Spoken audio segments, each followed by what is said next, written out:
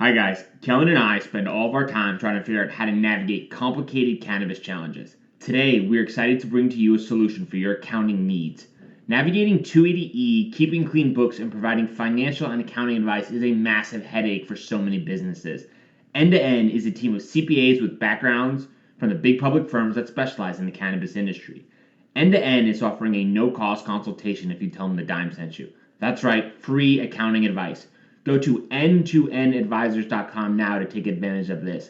That's N, the number 2, NADVISORS.com to get free accounting advice now. This is The Dime. Dive into the cannabis and hemp industry through trends, insights, predictions, and tangents. What's up, guys? Welcome back to another episode of The Dime. I'm Brian Fields, and with me, as always, is my right-hand man, Kellen Finney. And this week, we've got a very special guest, Eric Levitt, founder of Pure Wisdom. Eric, thanks for taking the time. How are you doing today? Absolutely. I'm doing great. Thanks, Brian, and thanks, Kellen, for having me. We're excited to kind of dive in. Kellen, how are you doing today? Doing really well today. I think we just talked about earlier on the show how we have, or before the show started, how it's a West Coast version today. We got a lot of Colorado love. I think Lev's in Colorado, so I'm in Colorado. We're going to bring the heat, West Coast, Best Coast. How are you, Brian? I'm doing good. I still don't think we agree with the West Coast, Best Coast, but that can be up for debate for another time. So, Lev, before we dive into the topics, I'd love for our listeners to get a little background about you and how you got into the cannabis space. Sure. Thanks. So I actually got into the cannabis space around 5 or 6 years ago. So I had a friend that lived in Colorado that was going out to the West Coast to open up some THC manufacturing facilities. And so I went along for the ride, and that's kind of how I got my foot in the door of this whole thing. So for the first couple of years, we did THC processing and manufacturing in California and Oregon and Washington. And then that kind of transitioned over in 2018. I had an opportunity to join a large manufacturing company here in Colorado called Mile High Labs. And so I transitioned over to the hemp and CBD space and got a lot of experience and connections and contacts in my business development role for Mile High Labs for a couple of years. And so that was the start of what's now turned into, launching and running my own business. Awesome. So before we kind of dive into that, was there ever any hesitation to kind of enter the cannabinoid industry? Obviously, being out in Colorado, you guys have a little earlier head start, so you had to see kind of the newer space. But Kellen shared a couple of times about, when he first got into the space, he wasn't sure if there'd be some longevity of him being in this industry. So from your standpoint, was there ever any hesitation to kind of dive in to the cannabinoid industry? Yeah, absolutely. Absolutely. So again, we've been cannabis kids for a while, long before this thing popped on the legal map, just sort of going to college in Boulder and growing up in Colorado, it has been around and prevalent. And so I think sort of seeing that side of it for many, many years before this popped onto the legal roadmap. Yeah, there was always a little bit of apprehension. You knew that Colorado was sort of trailblazing in a sense with where they were going with it. But I think that we were always a little bbit hesitant you didn't want your name on a list. Let's put it that way. And so for a handful of years, you wanted to make sure that this thing actually took off and you weren't watching, all your buddies getting hauled away for things. And so I think that, after 3-4 years of just this thing taking off and being so successful, it was finally time to sort of come off the sideline and to get involved with this because I've had love for this for a while. That's really well said. Let's talk about Pure Wisdom. Tell us about the company, the brand, and kind of the name behind it. How did that get started?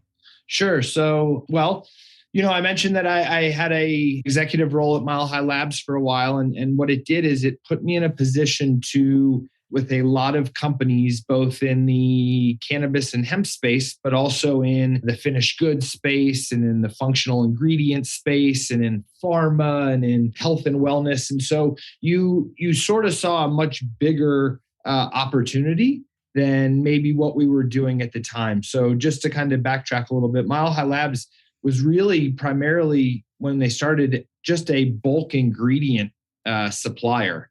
And when you started to see other form factors and finished goods and ways people were putting out products and putting out brands and so on and so forth, you started to sort of see where there were gaps and opportunities. And so that's kind of where it all started, was just sort of watching from that lens and seeing that there were some opportunities that people weren't really tapping into, using more mainstream methods of delivery and using a little bit, sort of less cannabis branding, so to speak, and a little bit more, looking at it from a health and wellness. And so that's kind of where the thing all started. As far as where the name Pure Wisdom came about, I wanted to try and create something that spoke to the integrity of the ingredients that we were using, and that this was kind of next level technology that we were applying towards these cannabinoids and other functional ingredients. And so, I have a good buddy who lives down in Crested Butte. His name is Scott Reamer, and Scott has been insanely helpful and involved with helping guide the creation of this. And so between putting our heads together, Scott and I came up with Pure Wisdom because we thought that kind of spoke to the direction that we wanted to take the brand and the things that were most important to the brand itself. I think that's so well said, because obviously separating yourself from the peers is extremely challenging. When consumers who are unfamiliar with the brand, they read a label, the title and the name of the company has to connect with them really instantaneous in order to kind of give it a second look, in order to elaborate whether or not this is going to be a product I'm going to select. So Kellen, going to your side, obviously Eric's done an amazing job kind of positioning that. With the CBD space being so challenging, which one of the products, in your opinion, do you think kind of separates and kind of expand in that area? One product in particular is I'm a fan of, actually, and it is the product with lion's mane mushrooms in it. I'm always trying to get better, you know what I mean? I kind of read a lot of self-help books and those kind of things. And nootropics, right? Is that how you say it? Anyone agree, right? Nootropics is you know what I'm talking about when I say nootropics? Nope. Yes. I do not. All right. So I knew Levitt because it's in his, sure. it's in his product, right? No, but nootropics are the use of chemicals found in nature to help with your cognitive function, right? And lion's mane's long been one. Is it from Chinese herbal medicine? Is that where it originated from? Do you know that? I just know that humans have had a relationship, like a symbiotic relationship with mushrooms for thousands of years. Yeah, totally. And so I don't know where it exactly traces back to, but I know that it's been used as a source of not only food, but medicine and, many other ways that it has benefited humans long before any of us were even, around. And so that was sort of, one of the main reasons why I wanted to pull that in as one of the first functional ingredients. There was a lot of people doing things with, the ashwagandhas of the world and melatonins and things like that. And so again, and we can get into this more in a little while, but in the spirit of just differentiating, but using stuff that we're all familiar with and is already starting to become, very routine. That was sort of the reason why we pulled in things like lion's mane, cordyceps, and reishi mushrooms. Yeah, I think it's incredible because the biggest tout regarding CBD is anti-inflammatory, right? And so if you pair an anti-inflammatory agent with something that needs to be absorbed, I would imagine it increases bioavailability of those kind of active chemicals that are in lion's mane that provide the cognitive benefit that everyone's looking for. So I think it's honestly a brilliant combination. How did you kind of settle on lion's mane from an ingredient to include? Had you taken lion's mane previously without CBD and then you're kind of experimenting? Kind of walk us through that whole process. Yeah, it's a great question. And so I had definitely done some research and had definitely been experimenting sort of, I think that we're all somewhat of, like kitchen scientists where, you combine a couple things and you try it out. And so there, I was turned on to sort of the host defense and Paul Stamets and everything that they were doing with putting out supplements and putting out various mushrooms and things like that. And so from an immunity standpoint, and I had taken a few of these. And so that's kind of where it all started. And then, and just sort of looking at what each of these various mushrooms contributes or the various benefits it gives you. Some of them align really well with some of these other minor cannabinoids that we are talking about and that we're formulating with. And so once you sort of put all the pieces out on the board, it was sort of easy to see who paired up well together. And so to your point, when we're looking at something that is designed for cognitive benefits and focus and energy, lion's mane sort of fits that description really well. And then so does CBG. And so, Pure Wisdom is not only CBD. Obviously there are other minor cannabinoids that provide tremendous amounts of benefits. And so in the one that you're specifically talking about, CBG and lion's mane they ride in the front seat of that, and they pair up very well together because it's super cognitive and focused. I want to learn more about like the formulation period, right? So you're talking about how they work really nicely together. Take us through like how you figured that out. Was that trial and error? Was that continuous research? Because that's a challenging puzzle piece you're putting together, right? You've got 3 variables. You're trying to figure out how well they play together. And then you're trying to kind of align them together and be like, consistency standpoint, we think this is a good match for a general user going forward. So take us through the formulation experience. Sure. So, so I'm based out of Denver, Colorado, and Pure Wisdom has a co-man here that's located in Denver. And so I have access to some food scientists, and these are guys that came from, the pharma world, but they have, it's a GMP facility that has every, tool and bell and whistle that you need. And so a lot of it was sitting down with these guys and in front of a whiteboard and sharing, ideas of what I was looking to accomplish, and then going out and sourcing the ingredients and make sure we're vetting it and getting it from, companies that meet all of those requirements. And then a lot of it was trial and error and putting together, 10 different sort of dosages or amounts and seeing what that sweet spot is. And so there was a lot of sort of guinea pigging going on where not only myself but friends and family were, given a couple different, labeled jars and saying, hey, try this for a few days, try that one for a few days, and share your feedback on which one of the numbered jars had the most impact, and then sort of quote unquote tabulating those results and seeing where it came in. And a lot of the things that we had hunches about, proved to be true. You can look and see what's on the market. You can kind of see where sort of recommended dosage amounts are falling. And, from there, you just extract what people like and what feedback is on that. And so, one common theme that you hear a lot from people that take CBD, which is also aggravating and it's motivating, is gosh, I don't really know if it's working. Sure, I take it, and and then you say, well, what does it do for you? And then you sort of get this look of, gosh, I have a hard time really, quantifying what it's doing or verbalizing it because I don't necessarily know. And so one thing I wanted to make sure is that we were putting together a product that you would feel. And you would feel the benefits right off the bat, and you would know that it's doing something. And fortunately, the majority of all the feedback, if not all of it, is, it's extremely positive. But that's sort of how we put this puzzle together, was through a little bit of, R&D and trial and error, and just sort of landing on that one that made people feel the best and that they gave the best feedback on. I have a question about that formulation process. So some of the products include CBG, right, which is a minor cannabinoid, and those who work in the industry are familiar with it. Was there like an educational process associated with providing those formulations to your kind of sample set of individuals, or guinea pigs, if you will? Without a doubt. You had to explain what CBG was? Without a doubt. And it's probably the biggest challenge that I face today, and I will continue to face, is the education side of things. And so, we take for granted, I live in a state that is very, very advanced and familiar with many of these cannabinoids. So not only THC, but also CBD and, minors and what the entourage effect is. And so to us, that's just very common. And in reality, when you zoom your microscope out, out of the city or out of the state, and you poll a larger audience, a lot of people don't even know what CBD is.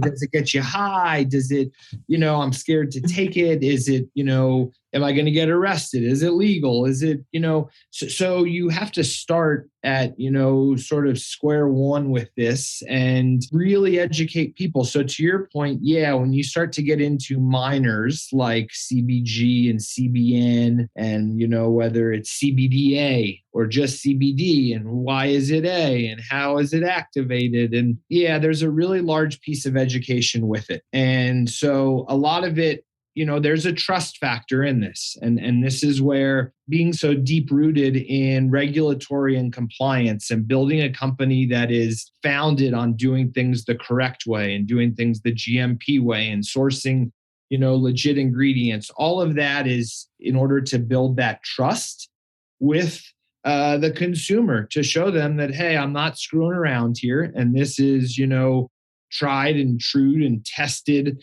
ingredients, and we're putting this together the right way. But to answer your question, it definitely involves some education and explaining that, hey, this is sort of like a, little sister or brother or big brother to CBD. And, here are the effects that it has. And, and then the easiest way was, hey, start with the smallest dosage one. It's always easier to add to something, as we know, and than it is to kind of take things off. And so that's kind of how it started. And that was how I sort of shaped the messaging around this. So many important points that you hit on, from like the messaging, from the educational standpoint. I just like can't reiterate that enough, like how important the role you're playing and the challenges you face with educating consumers, because here in the East Coast face it often. I bought this product, Brian. Will I get high? And it's like, where'd you buy it? And it's like, at the gas station.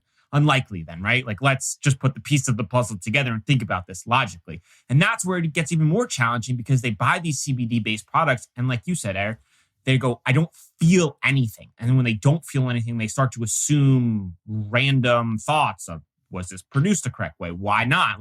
And it starts going down a bad tangent rabbit hole. And I think what you're doing from a messaging standpoint and a patient standpoint of building it the right way, I think is really going to help separate yourself. But I want to kind of continue on the same conversation. And I want to know, when you consume the product, is there an expectancy from a time to start, quote unquote, feeling the product start working? And if so, how long do you think the product will last in duration? Sure. It's a great question. And as far as how much time you should allow before you feel it. And again, so the Pure Wisdom products have a little bit larger of a dosage than the majority of the mainstream on the products on the market today. And again, the reason for doing that was, I'm a big believer that you need a little bit more from a milligram standpoint for it to really take effect and do something.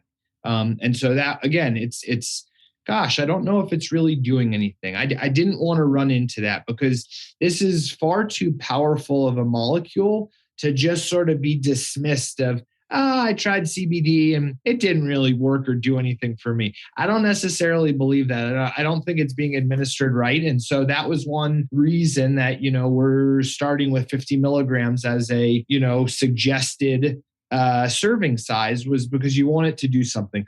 To answer your question, I think if you give it about 45 minutes or so, it's taking effect. And again, the reason I know this is because we have all kinds of dissolution data and studies that show you when this is getting absorbed into your blood plasma. And so it helps when you have all of this data to sort of corroborate exactly what you're feeling and to say, gosh, this is, I am feeling it. And look, there it is in my blood. And so, you touched on something. You also asked us another question. That was, how long does it last? And this was sort of the other key foundational piece of Pure Wisdom, was the differentiator between what we're doing is it's extended release. So it's a time release capsule. And the reason it is because CBD, as I don't know if a lot of people know this, has a really short half-life in your body when you take it, meaning you take it and it is fully absorbed in about 75 to 80 minutes, meaning you're no longer getting a dosage of it anymore. And so now you're kind of on the way down. And listen, that might be another reason why people say, I don't know if it's doing anything, because it kind of did it. It came and went before you even knew it. And so the technology that we're using with Pure Wisdom is time release. It's extended release. And so through that dissolution study that we have and that we've run a few times, you're still getting a dosage at hour 5, at hour 6. It starts to taper off at hour 6. But the way that we're formulating and constructing this, you are getting a consistent dosage for those first 5 or 6 hours. And so this is something that's going to give you benefit for 5, 6, 7 hours before you start to say, I think I need to take a little more. Hey, it's time for dinner. I think that's so well said. And Kellen, I want to talk about the story at MJ Biz when we were running on fumes. We were exhausted from the show and we were just looking around each other in the room being like, all right, we need to get another second boost. And like you pulled out the capsules and we were so grateful that you had them at this moment. And Eric, I'm going to be completely transparent. Before I took it, I was hesitant. I was like, I've took hundreds of these products. Most of the time I feel nothing, especially when on the label it says so clearly energy focused boost. So I was like optimistic and trusting you that it would work, but also hesitant at the same aspect that like, is this going to help me? I'm so tired in this moment.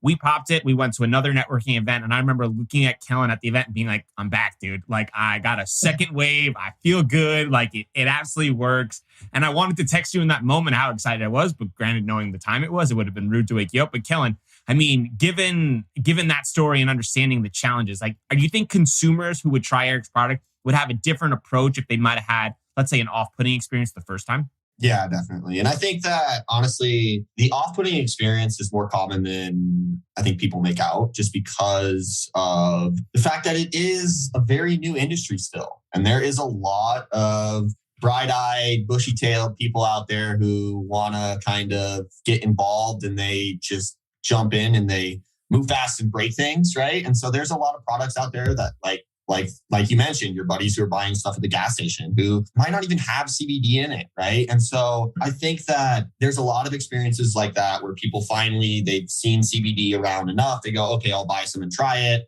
They don't vet the brand enough and they get a bad batch of product that potentially doesn't have the dose it says in it or doesn't even have any CBD in it.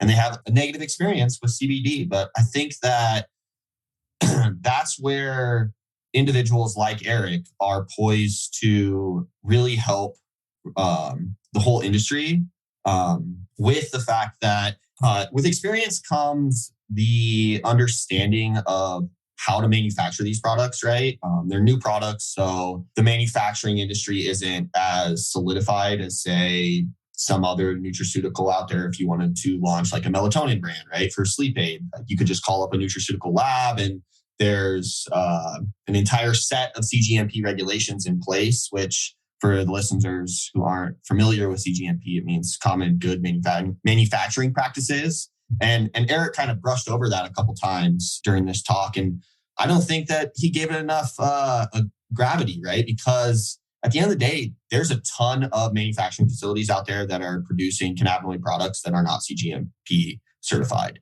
And it's actually very rare for these manufacturing facilities to have that accreditation currently. What's the benefit for our listeners unfamiliar? What's the benefit of being cGMP? Lev, you wanna dive into that, or you want me to elaborate on that? Go for it, and then I'll fill in the gaps. That'd be awesome. Deal. So cGMP means that there is a set method for manufacturing the product that is followed every single time, and that includes specific testing protocols and mainly, it includes a third-party vetted quality management program where they've shown to a third-party subjective entity that they're manufacturing what they say they're manufacturing from a concentration perspective and a dosage perspective, and they're following kind of traditional either nutraceutical or pharmaceutical guidelines to produce chemicals that don't have contaminants that are going to be detrimental to consumers. Did I miss anything, Lev? No, I think you nailed it. Listen, it's this stuff has been around forever. These are FDA,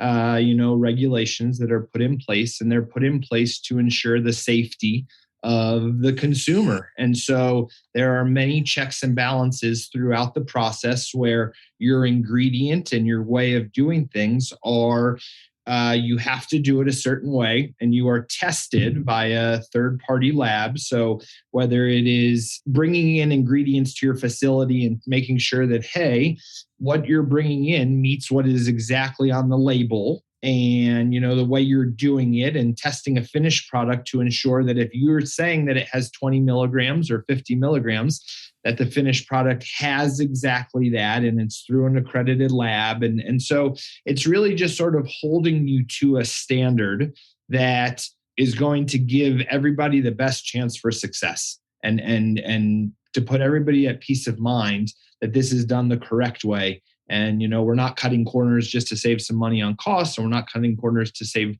money on time.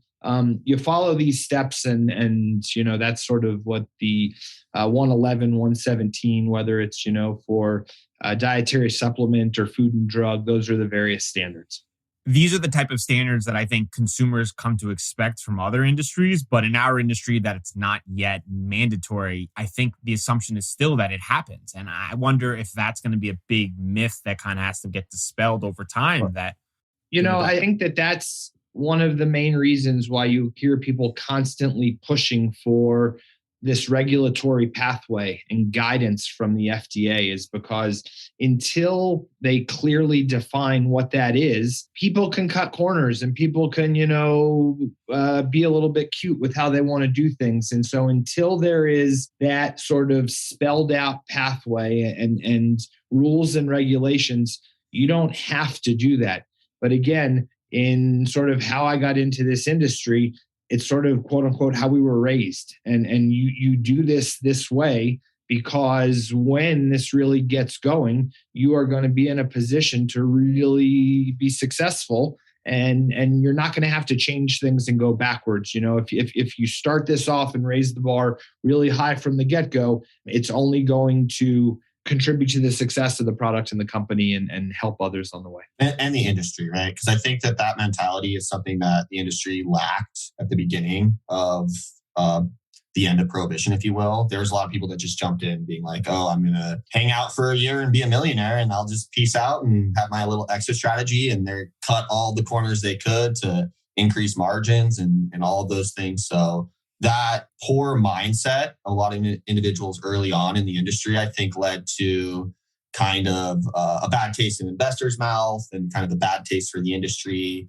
in the first few years when legalization was kind of getting rolling. So I think that is something that's overlooked a lot from it's a marathon, not a sprint perspective. It's an expensive investment, right? Like that's the one aspect I think why people kind of go the other way. They're like, well, I don't need to do this and it's expensive. And in an industry that's kind of cash strapped, it's easier to look the other way. And I'm not saying it's the right way to do it, but that's likely why.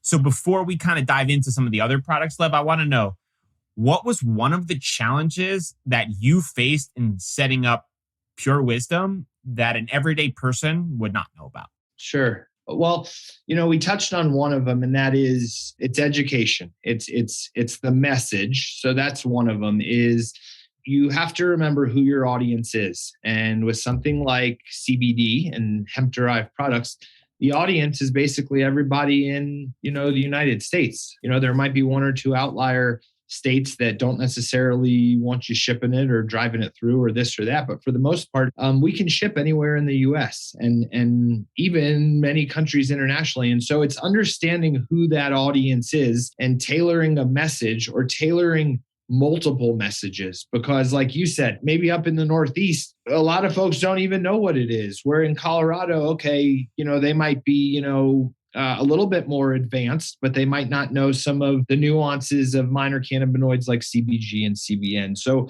one of the biggest challenges is tailoring the message for who the audience is. The other is because there is not sort of federal guidance on this, this is still viewed federally as illegal. And so when it goes to marketing a product, I can't pay to play in the sense of, okay, this is when you're bootstrapping a company and you're starting it on your own and this and that, you can use tools like social media. You can use the Instagrams and the Facebooks of the world, and you can kind of pay to play. And what I mean by that is you can pay to boost an ad, a promotion, a message, and get it to a much larger audience. In this case, you still can't do that, because there is still this gray area of what hemp and CBD is.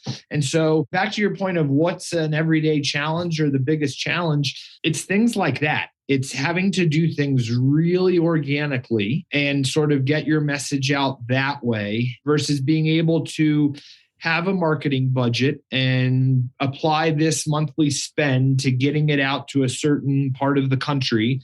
And so those are, some of the everyday challenges. Obviously, the easy ones to talk about are things like banking. That's a nightmare. That's also hard, though. It is. And listen, I read your guys' playbook, your monthly playbook, and I'm obviously not the only person that is feeling those challenges or pains. One of the consistent messages that you guys drive home, and it's awesome, is, hey, we really need to do something for all of these companies out there and for the sake of the industry, and get things like banking and financial things in place and get some of these other sort of regulatory guidances in place so that everybody can be treated like any other business or company out there. I mean, it's frustrating as hell when, we pay taxes like every other business and we're treated like every other company, whether it's, a vitamin company or a pharma company or a food company, but yet they don't afford you all of those, benefits in the form of, hey, go into this bank, or hey, open this account, or, even if it's Venmo or PayPal, they look at you like you're a bad guy. And so that part is, it's challenging. It's aggravating and challenging. The list of challenges is almost endless, right? You're going through like a real one with the marketing, and then also you're like, by the way, banking too, also super hard. And it just kind of like spirals out of control. And maybe this is a bad analogy, but for some of our listeners that are unfamiliar with how hard it is, it's like being a construction worker and not being able to use like a hammer or a screw or like a drill, right? And like, this is how it works. This is what we've always done in marketing. And they're like, oh, by the way, you can't use any of these tools. And by the way, you can't do banking, and it also is illegal. So all these other areas just makes it so much harder. So I guess then go. It's like we talked about doing things by the book and doing things the right way. And, we spent a few minutes talking about, cGMP and so staying true to that. But then when other areas of your business, you sort of have to bend it a little bit here to do your banking, or bend it this way to, send out a marketing message, or, in some ways you want to be very traditional. And in other ways, you really got to get creative in order to keep this thing afloat. What's the next set of products on the roadmap? Is there any ones that you can share with us? Is there any ones you're really excited to, or any future opportunities there? Yeah, right now we're just sort of iterating on sort of the key ingredients and the things that we have out there now. And so I can see bringing in a few more adaptogen ingredients, functional ingredients, things like that. And, we look at different delivery methods, different form factors. So, playing around with whether, right now, these are capsules, and, there might be an opportunity for tablets down the road. There might be an opportunity for stick packs or drink mixes. Because again, Pure Wisdom is it's extended release powder that is going into capsules. And so there might be some other form factors or things like that. But really right now, I don't want to overcomplicate it. I still want to take sort of this core foundation of products and get it out to the larger audience before we really start to get fancy with it. And, I'm a big believer in sticking to one thing and making it really good versus, having, we got topicals and we got gummies and we got soft gels and we got, mints and hair shampoo. And so we're going to keep it simple with this for a little while and really kind of get some traction going. And then we'll, sort of then build onto it. Arnold, I was really looking forward to the hair shampoo line that you're going to launch. I could use it, You're looking good today. You're looking good. The Pure Wisdom bath salts can come out next, right? People will start consuming those and be like, I'm hallucinating. Well, we're making a joke about it, and obviously, but when you look at the industry, there's a bazillion companies out there, and everybody is putting CBD into everything. And so again, it feels very wild, wild west still, because there's no regulation into, hey, you really need to do it this way. And I'm not saying that, and making a joke that the shampoo idea wouldn't work, or that, the toothpaste wouldn't work, but we're trying to stick to ways that are more widely familiar and accepted and sort of tried and true. And that's why, at least in our world, we're keeping it simple with capsules. I have a random question before we move on to the next topic, Brandon. My question, Brian, my question is, The entourage effect. So Lev, do you believe that the entourage effect is also in play with the addition of like lion's mane and some of these other ingredients? Yeah, it's a great question. There is 100% synergy between. So I use the word synergy because now we're pulling in other ingredients besides just cannabinoids. But yeah, when it's cannabinoids only, hell yeah, there is a entourage effect when, the little brothers and sisters of, CBG and CBN and in large part when there is a little bit of THC in the product. And just to clarify, there is 0 THC in Pure Wisdom products today. But in past experience and understanding how these things work, when there is that little bit, yeah, it acts as a spark. Everybody, quote unquote, plays better, or their performance is, more true to what they're supposed to do. Because again, if you extract this, you're extracting this plant, and when it is in its truest sense, and you're not sort of adulterating or changing or removing things or whatever, that's in its truest form, how it is in nature. And so there is a spirit to keeping this as honest and true to how nature has it intended. And so, yeah, when there are more cannabinoids together and everybody is playing in harmony, there is definitely an entourage effect. And then building on it, and you're adding in things like mushrooms or other ingredients, there is definitely synergy, and these things play off of each other. Now, do I have data to show this and back it up? I don't, because it's in its infancy. But I can tell you that when the lion's mane and the CBG and the CBD are all together, yeah, they're definitely playing off of each other and helping one another. That's a great question, Kellen. I had that on my list too. So yes. Hats off to you for reading my sheet. I didn't even know you had it. You guys are amazing. I looked, I was like, did I share that sheet with you? I don't know. No, you didn't. No, I was know. Gonna say something. Yeah, that's because that's the question I wanted to ask, but I guess we don't need to ask it. So well said. Lev, since you've been in the cannabinoid industry, what has been the biggest misconception? It's a great question. I'd say one of the largest misconceptions with this whole thing is that this is made and works for everybody. Okay. Like there's so much CBD stores out there and whatever, and sure, it could have a benefit for everybody, but this isn't necessarily made for everyone. I think that there are, you need to be at the right sort of frame of mind. You need to be at the right place in life, you need to have an open mind first and foremost, because with other types of health and wellness products, there is a boom, you try it and the thing turns blue or the thing turns red. It works. You need to understand how this works. And so a misconception is that, hey, this will work for everybody and this will cure you and make you taller and make you smarter and make you this. And so I think just understanding that, hey, this works a little bit differently for everybody. And listen, everybody's got some kind of inflammation, whether it's something growing on, the side of your head or whether it's inside your body or whatever. Everybody's got something going on in their body. And so it helps with whatever is aggravated or whatever is, in your body. But as far as, hey, will it have the same benefit on everyone? The answer is no. It does something a little bit different to everybody, but in a good way.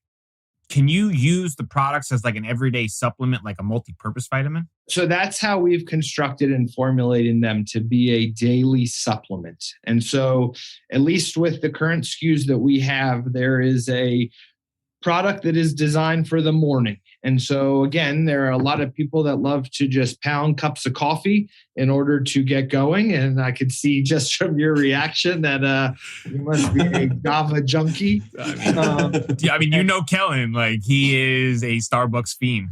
Oh yeah. And so, this is designed as a daily supplement. So there is one to start your day off and to kind of give you that little pep in your step. And that's the one with the lion's mane and the CBG. There is an all day one that is just meant to sort of take the edge off and just to kind of remove the anxiety. Listen, we're in a day and age where things are tougher and crazier and wackier than ever right now. And so there is extra stress and there is extra just sort of mental discomfort. And so that's kind of what was the impetus to create this whole thing, was to get away from taking, a lot of these readily available opioids that are all over the place that are just so easy access to, but that are so damaging in the long run to your mental health and wellness. And so, not to get off on that tangent. And then there's one for the evening. And so there's people that have a hard time sleeping, staying asleep, falling asleep. And so we designed one for the evening as well that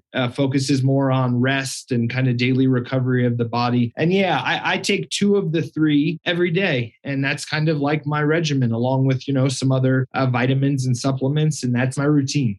Before we do predictions, we ask all of our guests, if you can sum up your experience in the cannabinoid industry for a main takeaway or lesson learned to pass on to the next generation, what would it be? That's a great question. I thought when you were talking about predictions, we were going to talk about, week 16 football picks and things like that. Predictions are next, but we will not talk about football. I got very excited. That's why I thought I was on this show. Unfortunately. But no, the takeaway is, there's a lot of different ways to do this. And, when I got into it in the cannabis space, there's a lot of corners that can be cut. And I think the takeaway is when you do this right, and it's like with anything in life, when you do it right from the get-go, there's less things that you got to worry about down the road. You just build it correctly the first time, and then that it will stand no matter sort of what regulation and guidance and sort of rules come into it. It's built with that already in place. And so I think just approaching it the right way and doing it honestly and building it as something that, hey, you're comfortable with your family taking this and your friends taking it. That's kind of the biggest sort of thing that I would pass on is, yeah, there might be a quick way to hit it, but, is that really the right way? And is that really the honest way? And just kind of having that integrity as you're building this along the way, I think is something that I would, highly recommend. That's beautiful. All right, prediction time. Eric, which cannabinoid use case or quote unquote effect, those are air quotes for those who are listening, do you think will be the first to be mass adopted? And if I did mangle that question, an example would be sleep, focus, recovery. Which area do you think will be the first to be mass adopted with the cannabinoids? That's a great question. As I look into my crystal ball and more just with the experience that I've had in the last year of launching this company, it seems like the most feedback and the biggest thing is around CBG. So, CBD was the first one out there because, again, when you extract the hemp plant, it's the one that's most readily available. It's the one that there's the most of it. And so that's kind of why it's leading the charge. But as far as, and again, this is just a complete, hunch, but CBG, when it's around, really promotes a lot of the feeling that it gives the body, the feeling that it gives the mind it's in line with all of the things that kind of humans are quote unquote already,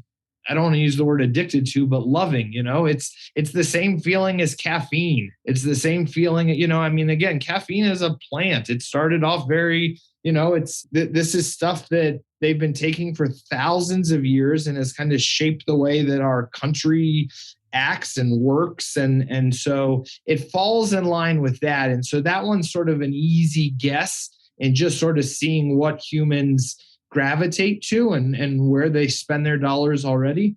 But, I will say that when we can figure out something that works for sleep for everybody, that will probably be the big one. Just because I think everybody has trouble sleeping. And the older you get, the worse it gets. And so if there is a magic capsule or something that really, really works for everybody, all shapes and sizes and this and that, that's probably going to have the biggest impact. So I'm going to hedge my bet and answer it with 2 different ways, just to play it safe. That was a good second answer. There goes Kellens. Yeah, it's totally my answer. You can put some money on that square. That's a locked in one. We're gonna scoot some over. I'm gonna drop my bet right there too. I think CBN, honestly, I think the dosage as well as the purity and as the manufacturing protocols that are being implemented for the production of CBN on a wholesale perspective, I think that'll become more and more adopted. And I do think CBN anecdotally does help with sleep. I think that potentially if you pair it with melatonin and some other chemicals, that it could have that kind of synergistic reaction that Pure Wisdom is already putting together with some of the other cannabinoids and some of the other active nutraceuticals out there. So that's my guess. What's your prediction, Brian? Yeah, the sleep is the free square, right? Like let's all just admit that if someone can solve that problem, that's a $1 billion. I mean, they get to retire with a yacht. I think they solve that. Like Jeff Bezos size yacht. Like, I mean, that is like probably one of them. Fair. That's got to be one of the number one, like, most faced issues, probably universally across the world, is that as the older you get, people sleep and people lean on anything they can to help that. I mean, I can speak on experience. My mom would do anything if she could guarantee like a good night's sleep on a regular basis, and has tried so many different products. And at a certain point, I think she's almost given up to think like she's just never gonna have a good night's sleep. And Mama, if you're listening, which you likely are not, you got to figure it out eventually and try one of Eric's products. And Pure Wisdom would be happy to send your mom a care package, and she could try these out. And listen, if it works for her, then I'll start asking her to make posts on Instagram. Yeah, she'll definitely make the post, but you'll have to send this to her offline because there's a very good chance she's not listening to this podcast. But the one that I'm going to take is going to be the fitness recovery aspect. I think, like you were saying, Eric, like the pain and the inflammation as people kind of age is going to be one of those where it's going to continue to move in that route, where they're going to want to have a replacement for the opioids or the Advil. And the anxiety-induced experience like you were facing is another one that I think is an emerging one. So I wonder if I was going to have to hedge my bets and I can't take the sleep one, I might go 50-50 or 40-60 on the anxiety-based and the recovery fitness side. You know, and again, that goes back to there's not necessarily a one size fits all. There's, right. You know, we all have a laundry list of, you know, issues and challenges that we're dealing with every day. And so to pick one or two of them and to try and at least get that into a comfortable place and then say, all right, now I'll tackle the beast of sleep or whatever it is it's a challenge. Yeah, it's a go in. So Eric, for those who are interested in trying your products, getting in touch, where can they reach you and where can they learn more? Yeah, thanks a lot. So we have a website. It's www.purewisdomfoods.com. You could also go to Pure Wisdom CBD and it reroutes you there. There is a total full service e-commerce platform. We have smaller size blister packs that you can, you know, try these things for under $10. It's before you, you know, have to spend a little bit more to get in and, you know, kind of get a full size bottle. You can also send an email to info@purewisdomfoods.com. Just share with us what you're looking for. And, you know, again, we're pretty customer centric. We will respond quickly and we'll get you some stuff to try out. And hopefully it's a good fit for you. I think it will be. Thanks so much for your time, Eric. Yeah, thanks, you guys. Really enjoyed it. Keep up the good work. Listen with the monthly playbook and the podcast. And hopefully I'm back another time and we can pick it back up. Love it. Sounds good. All right. Happy holidays. Thanks, guys. Happy holidays.